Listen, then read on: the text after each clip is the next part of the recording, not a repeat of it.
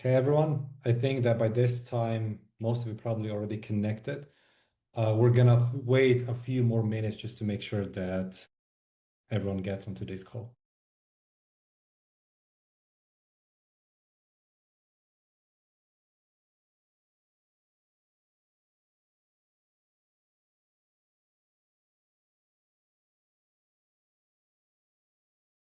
Hey, Devin, I think you're muted. Yep. Hopefully you can hear me okay. Yes, I can. Welcome. I just shared with everyone that we're waiting a few more minutes for everyone to connect. I think most people already connected, so we might be able to get started here in a second.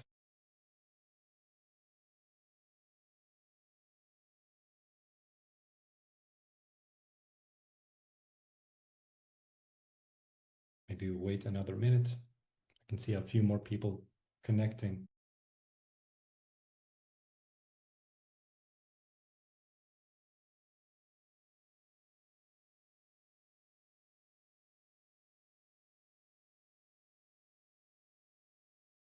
We got a good number of people joining here.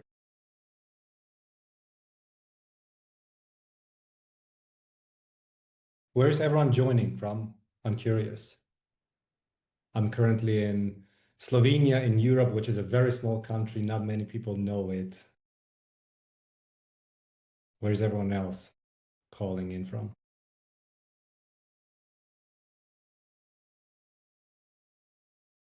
Greenville, Minnesota, Portugal, London, Boston. I love it. Aberdeen, quite an international audience here. All right, I think we can get started.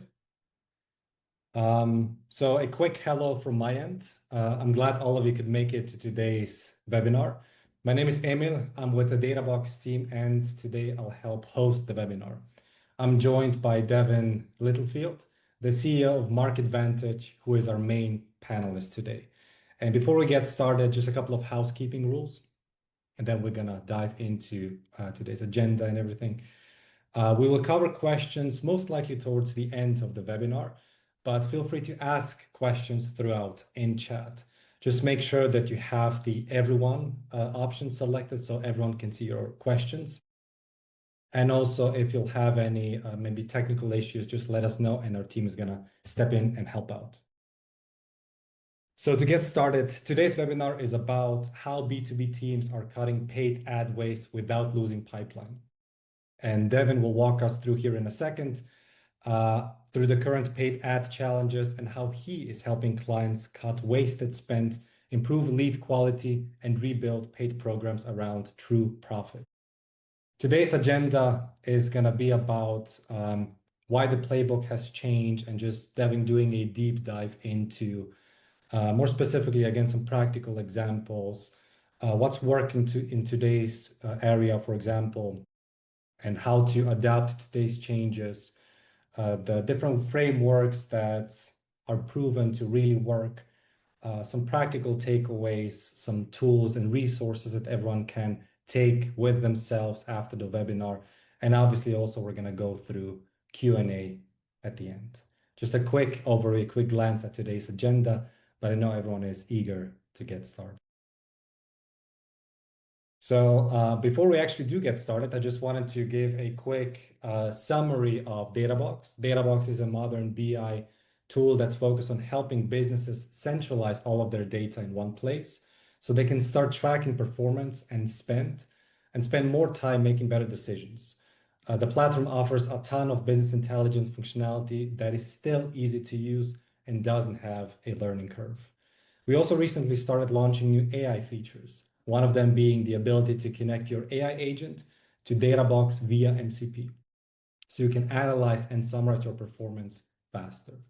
This way, anyone can really start making data-driven decisions to improve performance.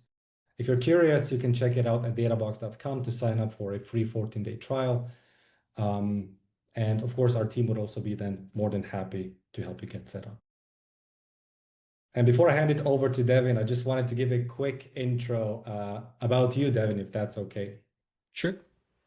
So for everyone here today, Devin is the CEO of Market Vantage, a B2B demand gen agency. and he has over a decade of experience in digital marketing and leadership. He's an award-winning marketing leader and has driven over $50 million in pipeline for B2B companies and has managed millions in ad spend. Devin, it's so great to have you here today.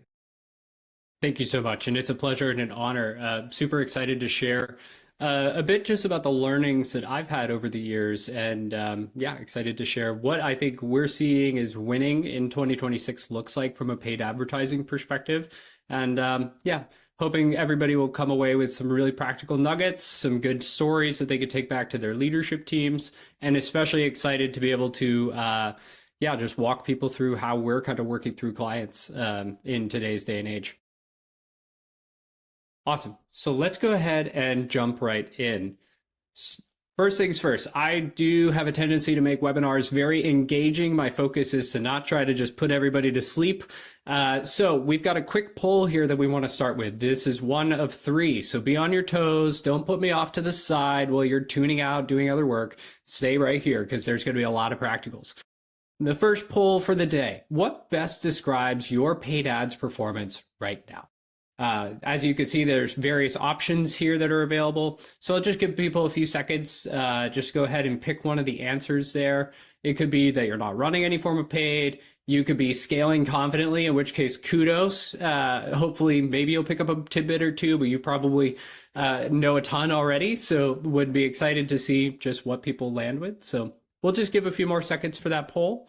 And by the way, if you see me looking off to the right here, I've got the Zoom window pulled up on my other screen, so I'm just kind of monitoring on that side.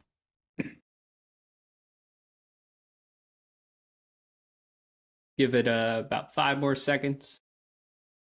3, 2. Awesome. And so now we should be seeing some initial results coming in here in just a second. And yes, Leah, just so you know, the recording will be shared afterwards, by the way.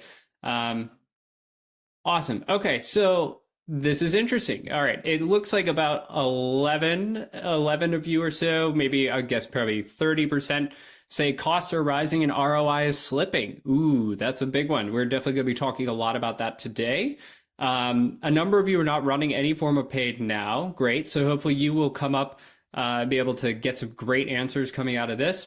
We've got some performing well in scaling, kudos to you all, and then some breaking even but hard to grow. Okay, so awesome. There's a lot of good insights here that I'm hopeful everybody will be able to walk away with today. So first things first, what I want to do is just set the stage for why the playbook has changed. There's a number of different reasons that we're kind of seeing, but I think the first and the obvious one, as most of you pointed out, rising advertising costs. Right now, what we're seeing is that the average Google Ads CPC has increased about 13%, up to now $5.26. That is a global average, by the way. We know many B2Bs are probably laughing here on this call because $5.26 is not your average CPC, probably. It's much higher, I'm guessing. The median cost per lead across B2B is now around $70, a 5% increase from 24 to 25. And then about 147% jump in LinkedIn CPCs from 24 to 25.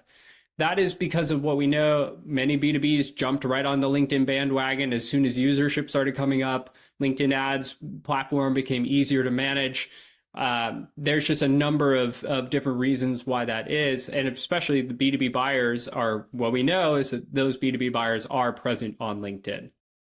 So what does that mean? Ultimately, higher costs, shrinking returns, and poorer lead quality, as I think the poll kind of accurately pointed out. And by the way, before I go further, I just want to point out the slides for this will also be shared out afterwards. You're going to see links to reference data below. And yes, for those of you who are curious, all links have been verified. All data was verified as well. This is not just AI output with bad links being turned in. I feel like I need to put a nod to that now in today's kind of current AI era. So what else do we know though? 94% of buyers today are using AI at some point during the sales process. That's coming out of data from Forrester that was actually just released literally last week, their latest 2026 State of Business Buying. it's pretty wild because I'm sure for many of you, you've used ChatGPT or some other form of LLM to ask questions while you've been evaluating tools.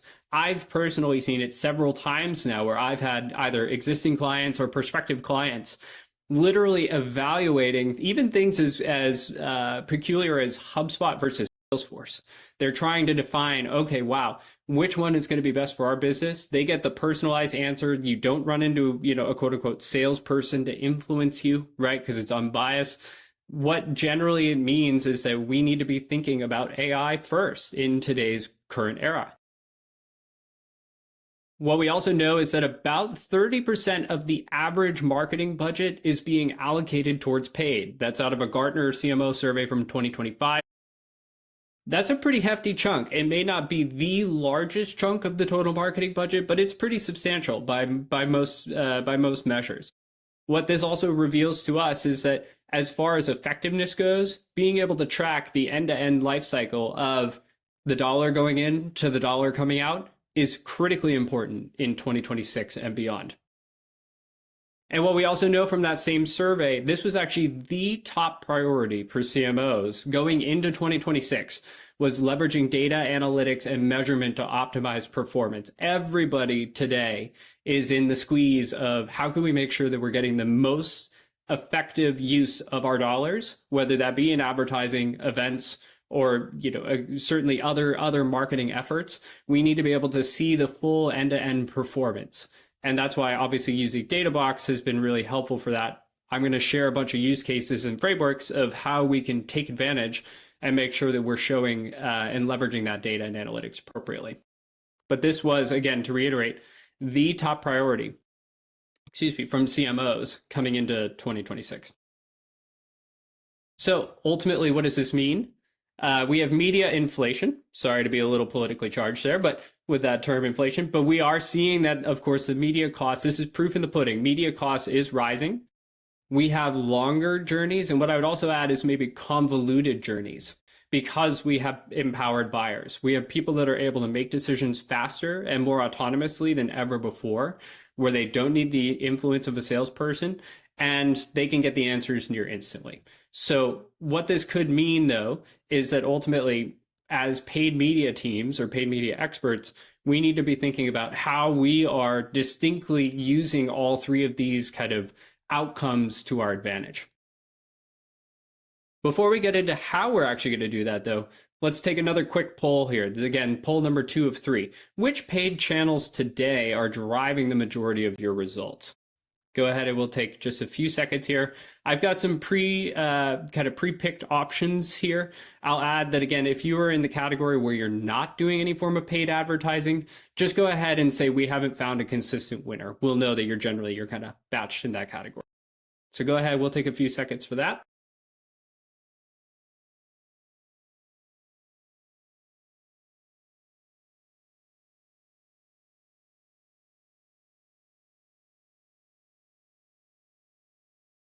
Awesome. And let's wrap that up here in 5 seconds or so.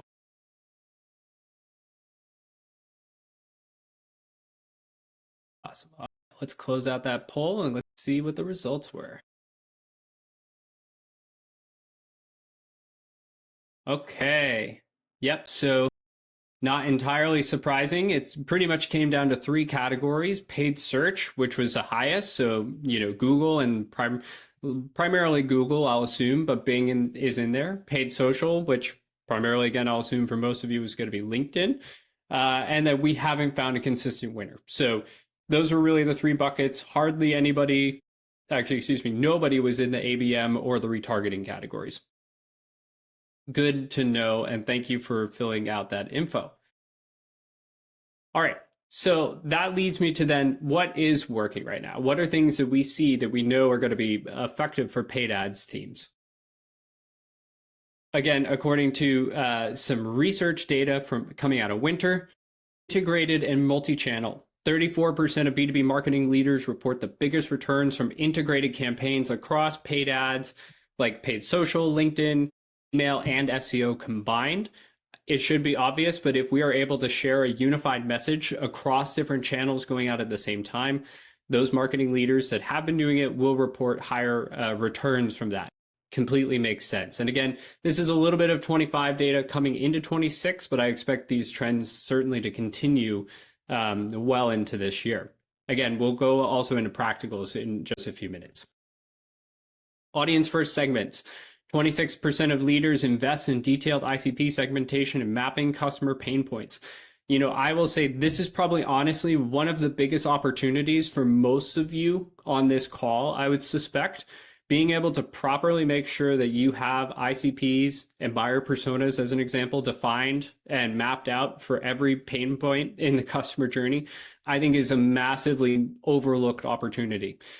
We see that what can happen is it can completely influence or change how you approach paid search campaigns, as an example, based on just the understanding of the pain points and using those pain point related keywords, even instead of just direct, bottom of funnel, highly intent driven keywords. Those are big opportunities for folks to be able to be thinking about. And we find that at the core, because people are overlooking perhaps that initial ICP or buyer persona definition up front, they may be missing those opportunities for improving things like paid search down the road. So this is a big one, and one that I want to make sure that everybody here, walks away with understanding this is a high priority, or should be a high priority for 26 if you don't already have this done. And then fully aligned to sales. I think as much as maybe some of you might be begrudging or moaning hearing that, I think the bottom line is understanding exactly who the sales team is targeting and how we can be supporting them. It used to be the core function of ABM was really just around the sales and marketing alignment, right? That was one of the first things that we heard about if you went through like the demand-based ABM program, was getting fully aligned to sales. That is absolutely a mission critical need for B2B teams today. You must be able to spend that time understanding who they are targeting, why they're targeting them, and being able to support that customer journey. Incredibly important, especially from a paid perspective. As I would assume many of you, if you are doing some form of LinkedIn advertising, you may already have ABM based plays inside of that platform. I highly recommend continuing to iterate on that this year, especially. You are going to see dramatically more enhanced performance and more opportunities to get in front of people on ABM related platforms using that approach. As long as you are really tied down to what the sales team is looking for, getting target account lists defined, and making sure that you have a full kind of ABM suite plan. So what we also know, again, just to kind of hype on this point from Winter's trends research, is that ABM, as Andy points out from a B2B SaaS and software company, it's a very big part of the mix. Ad dollars are getting squeezed. It's allowing Andy to be able to be more targeted, more effective with every new campaign. And ABM is bringing that better effectiveness to the table. So again, it is something that I'm highly recommending everybody on this call make sure to explore this year. But ultimately, where do we land with this, right? This kind of helps us get to the conclusion that we need to make sure that we are evaluating our media mix, that we are understanding exactly how performance is being tied back to those revenue and those dollars, and then adjusting our campaign strategy accordingly.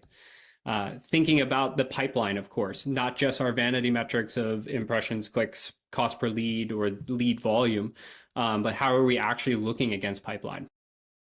And then getting much more aggressive, of course, with experimentation in ABM programs. And don't worry, we're going to get into practicals on all of this here in just a second.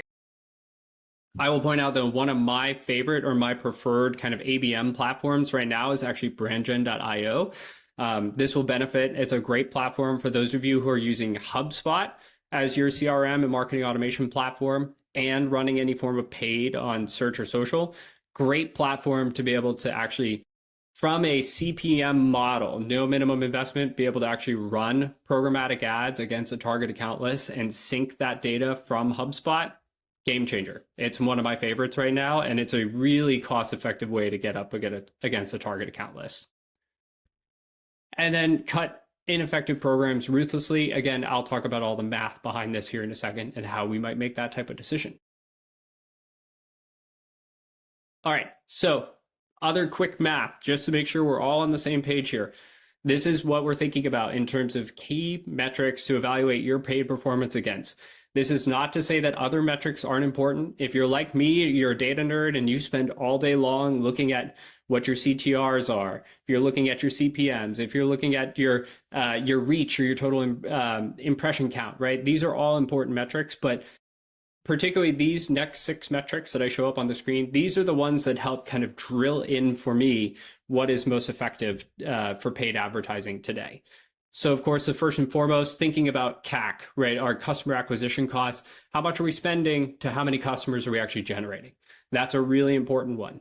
Another one, and I put this in here with an X, cost per X. What I'm referring to is the cost of generating a contact within an individual lifecycle stage. So this does require having a CRM or marketing automation platform mapped against your campaign strategies.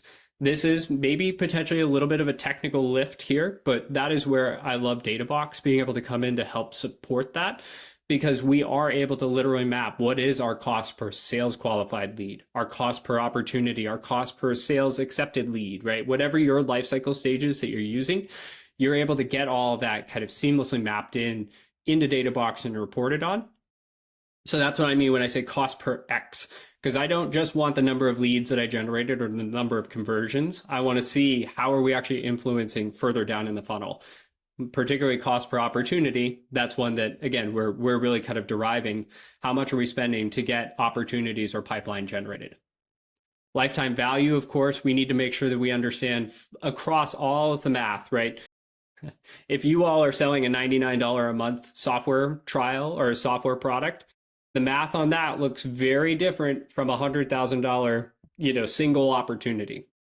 We just need to look at how paid ads is performing differently based on that lifetime value of the customer and what we expect to be able to generate. That, of course, influence our revenue, our return on ad spend, our ROAS. Revenue from ads divided by ad spend, pretty straightforward. We want to make sure that every dollar that we're putting in, we're getting more in return with our ad spend. Payback period, I think this is kind of maybe a metric that's been a little overlooked from the years. This is what we're looking at for CAC divided by MRR per customer. For those of you who may be measuring it a little bit differently, I think there's some nuance perhaps with that answer. Maybe payback period is not the completely correct number to look at. But this is basically the metric that will help us determine, okay, how fast are we going to get those dollars back, right? I think this is a really, again, an often overlooked metric, but one that's very, very important in terms of making decisions around your media mix in particular. And then, of course, just probably should even put this a little bit higher up or maybe earlier on, because this is slightly more upper funnel, but new deals being generated by dollars and or, a deal dollarized value or dollarized amount generated. Right? We need to be able to look at, from different attribution models, how many deals are we actually bringing into the door? Knowing that for probably many of you, if you have a longer sales cycle, say greater than 60 days, some could even be pushing into 180 or 365 days in some cases, like we have worked with before. Really, these are more important. The new deals by either dollarized values or numbers are incredibly important to be looking at for making decisions, because certainly return on ad spend is nice, but if your pipeline, it takes 365 days to go from a new opportunity to close one, looking at return on ad spend is not going to be incredibly valuable for 365 days. It's going to take a while. So that's where I say the math, these are several of the calculations that we look at. I'm not saying everybody on this call needs to do every single one of these. Your mileage will vary based on the type of business you have, what your average deal velocity is, and frankly, just how many deals you're bringing in on a regular basis. Those all carry an influence. But I think for hopefully the majority of you on this call, calculating all of these in some capacity is going to be incredibly helpful to make sure that you are completely understanding just how effective your advertising campaigns are against this. But again, without that ability to be able to track campaign level performance to these metrics, it's going to be very hard to make these types of decisions on the fly around your media mix, around what campaigns are being effective, etc. So that is probably one practical takeaway. I'll skip to the punchline now just to be a little early. One of the things you're going to need to make sure that you do is with your paid advertising efforts in 26, make sure that you're evaluating all of these metrics against individual campaigns. You need to be able to tell the story of not just by channel, not just by type, campaign type, but by campaign, how effective were we at doing these things? So that's just one other quick tidbit there that I want to make sure people take away from. All right, so now that we got some math, we know the data, what we're seeing, let's actually talk about the framework that helps you win inside of 2026. This is a framework that we've actually gone ahead and developed. We call it the P.E.A.K framework. You're going to see there's a little cheeky bit at the end. I apologize for being a little on the nose here. But so first things first, we need to make sure that we have a plan. And this is simple. I don't want people to overcomplicate this. What I'm literally talking about is just a basic document. Let's have a plan around what we're actually going to test, right? This is an experimentation framework that you can use for Google Ads, Microsoft Ads, LinkedIn Ads, any platform, any campaign that you're working on. It's simply the basis for being able to go from here's an idea to here's what we've learned, right? We want to plan out first. We want to make sure that we identify who your ICP is, your buying committees. We want to make sure that we've forecasted any potential budgets and ensure tracking is in place. For this framework, what it could look like is just simply, okay, I have a theory that if we look for pain point related keywords inside of Google search, as an example, that might be more effective than targeting intent-based keywords on Google search. Again, just one quick example. So let's build a plan around that. Let's simply document it and say, okay, here's a hypothesis that I have coming into this type of program. Let's see what happens, right? We then want to be able to, of course, to go execute on that. Now, I know, again, a little on the nose here with the P.E.A.K, you'll get that in a second, but we want to be able to use different variants and test what's working. I'll show exactly what kind of variants you may want to test, testing cycles in a second. But we want to be able to execute on that campaign, and we're tracking all of that. We want to see what is actually working. Did our pain points versus our intent-based keywords, how are those actually lining up? What is the data we're seeing? Of course, then we're going to analyze that. We're going to try and understand, did we kind of get to enough statistically significant data to be able to help us understand how did we do? Did we see improvements in CTR? CTL, whatever your metrics are that you're picking along the way, we want to analyze and understand, okay, against pain point versus intent, we found this result, right? And I think for many of us, that may end up being slightly upper funnel metrics or, more ad campaign related metrics. Over time, though, you should be able to tie that back to then actual pipeline generation, to CAC, to your LTV, whatever it happens to be. We want to make sure that we're actually tying that data back. And then no, I think this is, funny enough, I think this is often overlooked with a lot of experiments like this, right? You have this framework where you've now you've come up with this answer. You now know, okay, maybe pain point keywords are better than intent-based keywords, but that's not necessarily impacting your plans moving forward. Again, a little on the nose, but what we then want to be able to do is take that information and continue actually driving forward and implementing that in some greater amount of scale. So this could be then taking these learnings from one channel, testing them on another. If you are, say, doing that on Microsoft Ads, which I do love using Microsoft Ads for testing purposes with search in particular, we can then go apply that to Google Ads, then see if we get the same results. That's one example of how we can then take that knowledge and then go apply it elsewhere. So I'm sure all of you are kind of like, okay, I get it. There's P.E.A.K. Interesting. Seems like a pretty basic framework, but what can we actually do with this, Devin? So how would we actually apply this in real life? What we're going to do is continuously run these iterative cycles over periods of time to be able to run different experiments. So things that I would typically look to test inside of a framework is messaging, right? Even basic messaging testing, I think often overlooked, can have a huge impact on performance down the road. Audience testing, especially if you're doing any form of paid LinkedIn advertising, as an example, we want to make sure that we can test, is audience A doing better than audience B? Are we seeing that different assets perform better for one versus the other? Can we change up the messaging for the audience and see what's actually being effective? This is a really critical area, especially if you're doing LinkedIn. We want to see more aggressive audience testing. Campaign formats. Believe it or not, again, just using a basic example with LinkedIn ads, a document ad versus let's say a single image ad with a lead gen magnet could be the same exact offer, same exact audience. We can find dramatically different performance related to cost per click, cost per lead, even how many times it's reaching your ideal audience for the same exact audience, same exact daily budget. It's because of how LinkedIn is serving that content, who it's serving it to. That can all have an impact on performance. So you want to iteratively test these types of formats to see what is driving more effectiveness. And creative. Again, I cannot stress the amount of creative that I think B2B teams need nowadays. Not only are we kind of flooded with, all of these kind of TikTok or YouTube shorts related creatives that are taking over video world, but we've also got, even just in LinkedIn, again, square and vertical creative. Those have absolutely taken over the feed in most places. And we see generally on average, those drive higher results for our B2Bs. So we need to make sure that we're continuously testing those types of things.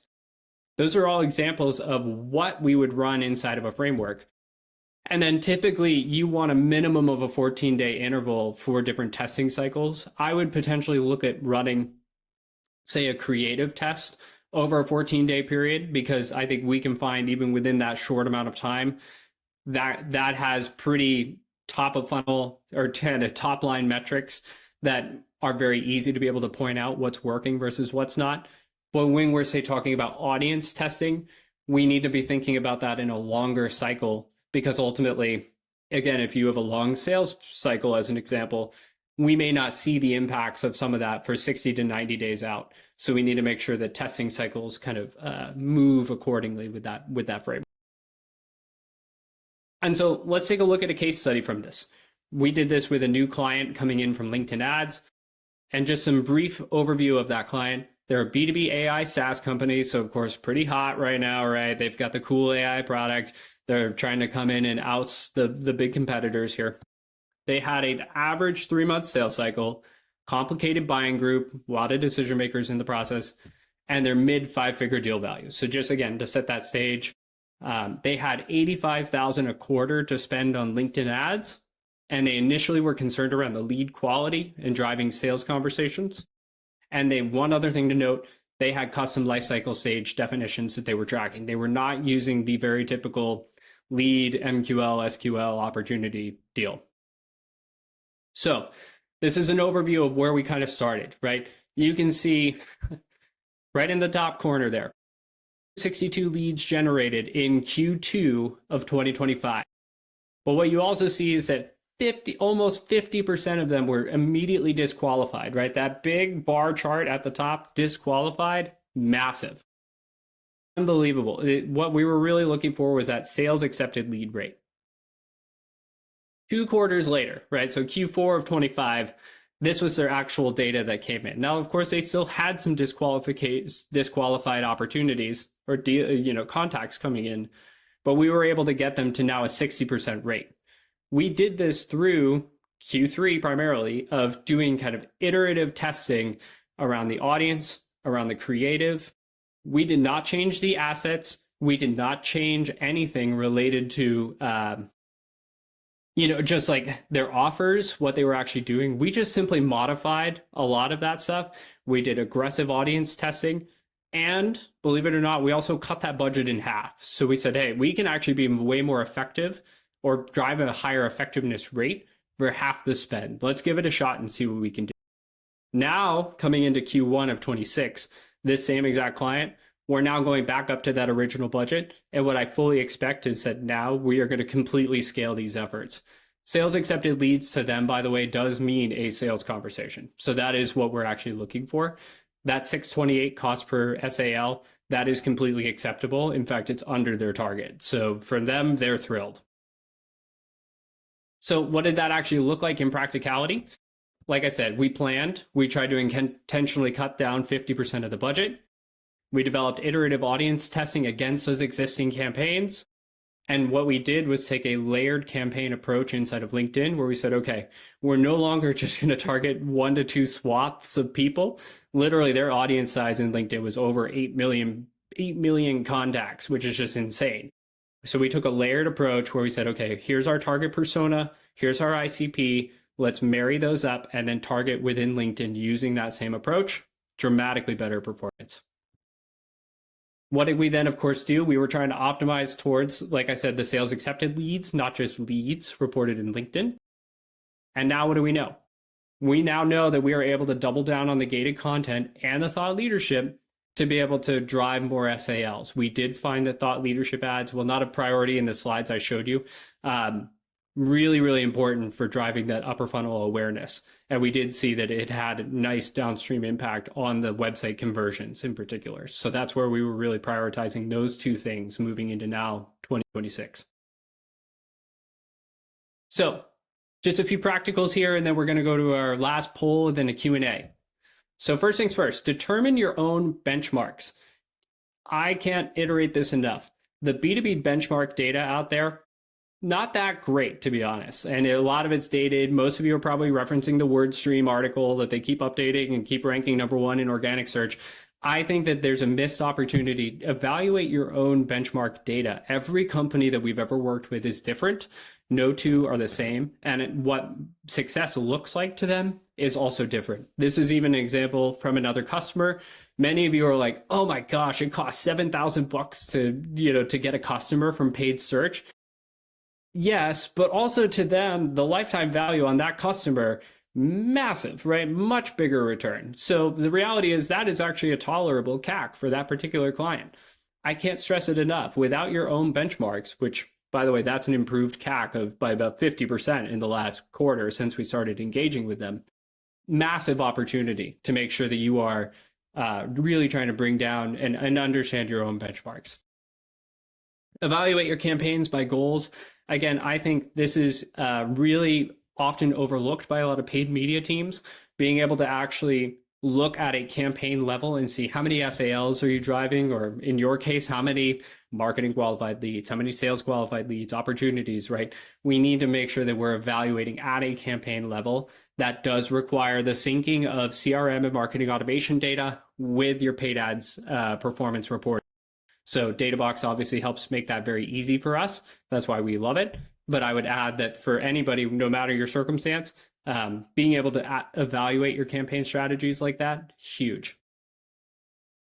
And then set a budgeting framework as well, right? We started at the top around what is the ultimate media mix, right? It's understanding what are those revenue goals, calculating your LTV and your CAC, estimating the number of leads you would need in order to kind of satisfy and get to that revenue. And then ultimately, I think it starts by estimating per channel, then evaluating monthly, and then readjust as you go. And just please keep in mind your deal velocity in that process as well. If you tell me that you have a 90-day sales cycle and you're trying to adjust, you're allocating your budgets and changing it monthly, that's not going to be an effective part of your paid ad strategy. You need to make sure that the changes that you're making and how you're allocating your media is somewhat reflective of that deal velocity and your sales cycle. So just keep that in mind. All right. Whew. I think we've done it. We're coming in towards time. Poll number 3. How confident are you in your current strategy going into 2026 for paid media? We'll just leave that poll up here for a second.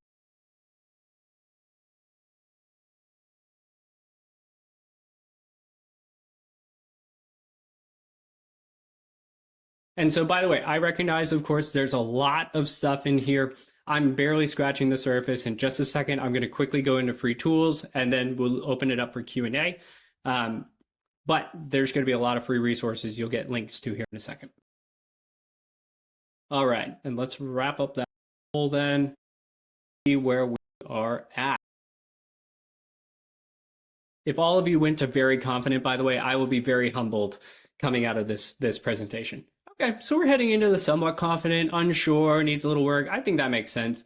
A few of you need a reset, so hopefully this has been a good opportunity for you to take away a few tidbits that you can bring back as you're resetting. I love that very confident answer. That's awesome. Keep up the good work, my friend, and awesome. let's get into some free tools and resources. Like I said, there was a ton here. I wasn't able to get into everything during our time. But I first want to start. We have a free assessment. I've worked with the DataBox team. We have paid ads dashboards, and what I would like to offer for everybody on this call, a free, no, no bias here, 15-minute one-on-one performance assessment. What we would need you to do is first make sure, if you're not already, sign up for DataBox. Then step 2, download the templates. The links are all provided here. And then 3, once you've done that, schedule an assessment with me. It's a really easy, free way to be able to get a gut check on how you're doing. Like I said, no obligation, just want to be able to offer any insights that I can for you. If you're running any paid at all, we do find that you'll walk away with a few tidbits to help drive growth this year. If you're not currently running paid, feel free to schedule an assessment anyways. It's fine. I can go over historical stuff, give you some insights for what you may want to try in the future. Totally fine. So just first and foremost, make sure that you do take advantage of that, because I really want to make sure that you have the tools and the resources you need to be successful this year.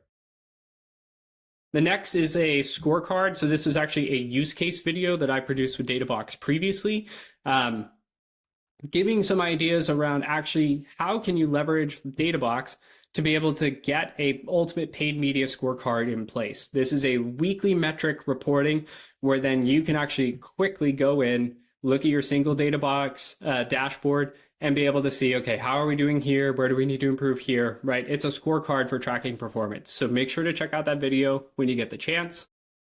And then lastly, the lead value calculator. This is a tool that we made using AI, fun. We want to be able to see and help make sure that you really know your math around what is an acceptable cost per lead, how much should you be budgeting, etc. So make sure that you, it's a free tool. You could just punch in your own numbers. It's really quick. It's responsive. So make sure that you take advantage of that if you're not already familiar with your own math and how much you're willing to get a lead for. All right. Well, that was fun. Time for some Q&A. It definitely was fun. Thank you so much, Devin, for walking us through all that. It's extremely relevant, extremely timely for today's time. So I'm excited that you took time from your busy schedule to be able to run this webinar, and I'm sure that there's a lot of valuable insights that others are also taking from today's session. Awesome. And I also, so we did get a couple of questions. If anyone has any more questions, feel free to just either ping me or Devin directly, or obviously use the everyone selection in chat. But a couple of questions that we got are, what's the clearest data signal that tells you it's time to cut the program? Devin, what do you think? Ooh, good one. I think a little bit of that depends on, your business and what your sales cycle looks like. And particularly if you're able to tie back your paid performance to your pipeline or your opportunities, assuming that you can, what I'm just strictly looking for is, are we driving any sales conversations at all, right? I think that's a very simple way. And where I said, what are the numbers behind paid math, right? New deals being generated from paid. If you're showing some initial indications that you're getting sales opportunities batted up, awesome. I think that's a great opportunity.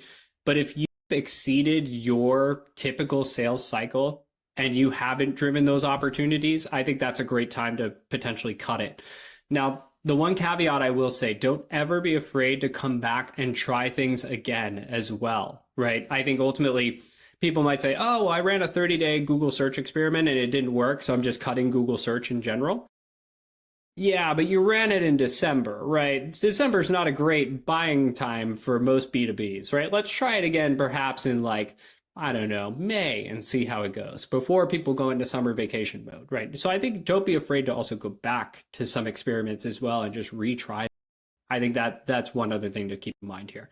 If you don't have the complete CRM connection like that and you don't fully understand how paid is driving pipeline, then one other thing you may want to look at is just some upper funnel metrics, certainly conversions and conversion rates.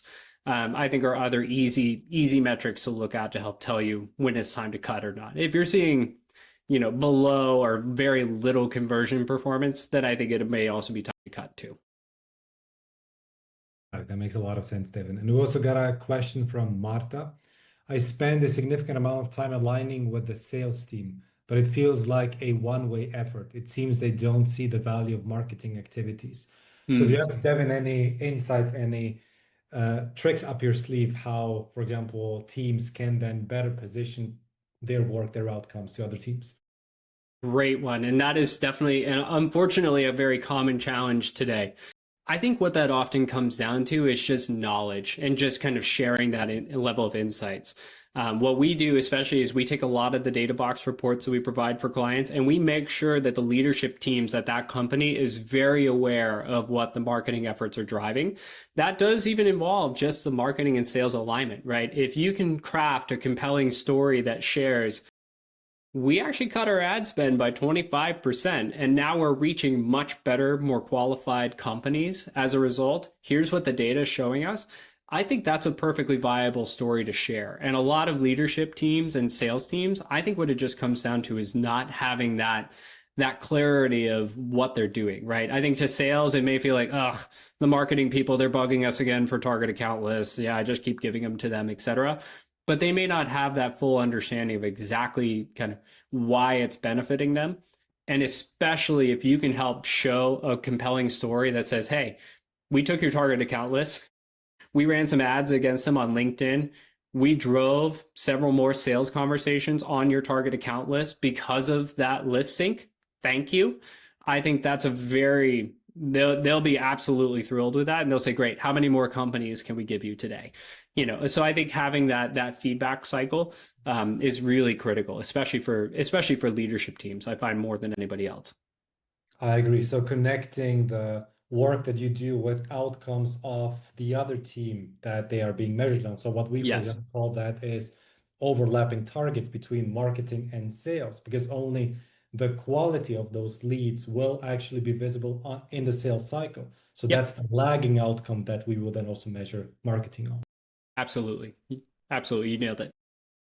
Cool. And we also had a question from Barbara.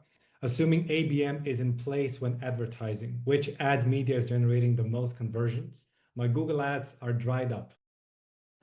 Yeah, it sounds like for Barb, and Barb, we happen to know each other, of course, so great to see you on the call as well. Excuse me. I think what it comes down to, especially, let me just make sure. What ad media? I think it's going to come down to just a personalized mix. At the end of the day, no one company has, even if there were, let's say, two different software companies that did the same exact thing, similar ICP, similar buyer personas, you may end up getting some slightly different results from your paid ad efforts, even if we were on the same exact channels. And the reason could be things that it's very hard to tie back. So, like your brand and maybe uh, the perception of your brand in the marketplace, as an example. That's a very hard one to kind of measure. LinkedIn ads uses what's called a brand lift to see, okay, with a certain amount of spend and certain types of campaigns, can we actually improve the reach and the kind of the understanding of your brand across the marketplace? That's one experiment that they'll do, typically if you're spending a certain amount. I don't know that there's a perfect media mix. I think what it comes down to is multi-channel. Like I said, multi-channel and integrated testing. Can we just test different markets or different channels and see what's more effective for you? I'll also add, again, with the iterative testing cycles, using the framework that I pointed out, you should be able to actually kind of pinpoint any or identify any problems within your existing campaigns and come up with a plan of how to fix them. So I think between those things, what I would hope is that everybody doesn't walk away feeling like, oh, I need to go invest 30K in Google ads today or 50K in LinkedIn ads today. I don't think that's the answer at all. I think your answer varies depending on where you are and what your goals are, right? So map out what the lead value is for you. Map out what how much are you willing to spend to get an opportunity in your pipeline or a deal close in your pipeline, and then use that and start running targeted experiments across multiple channels. I think that would be, hopefully everybody takes that away and understands, that's really an effective part of the strategy for 26. Agreed. That's a great answer and great, I think something for others to easily apply and just test out themselves. And I know that we're approaching time here, or we're at time already, but there's one more question, Devin, that I really wanted to make sure also others hear. For teams just starting to evaluate paid against pipeline? What's the minimum data setup you would require? Ooh, good one. What I think what's really critical for today's paid media teams or even just marketing teams in general, you've got to have that clear line of sight into your deal pipeline. So whether that be, inside of a CRM, like HubSpot or Salesforce, you need to be able to look across, from your marketing efforts to your sales pipeline and understand truly what were the touch points that occurred to get to close opportunities. If you can do that, then I think you start really actually pulling back the onion on what's effective or what could be, or what will be effective for paid ads teams. Because without it, I think it's a little bit of a shot in the dark. A couple of years ago, if you had asked me, I would have said, oh, just use all the conversion reporting inside of LinkedIn or Google directly, you'll be fine. As long as you can see the form fills coming in, the rest doesn't matter, quote unquote. Not the case now. You need to be fully integrated with your CRM and your deal pipeline tool. So whatever platform that happens to be, Databox can probably connect with it. Got many hundreds of connectors available. So you should be able to pull in that data very easily.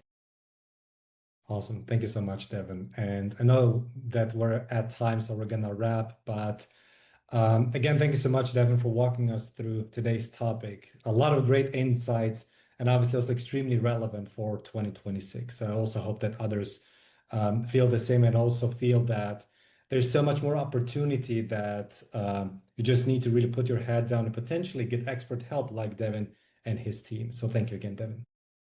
Thank you so much for having me. And thanks to everybody for joining in. Don't hesitate to reach out to me as well, Devin@marketvantage.com, if you have any questions. Awesome. Thank you so much. Again, as already mentioned earlier, we're going to make sure to send all resources over email, including a recording to this presentation, to this webinar, including also the deck and other links, relevant links as well. Thank you again, everyone, and hopefully I'm going to see you on the next one. Thank you again, Devin. Thank you. Take care.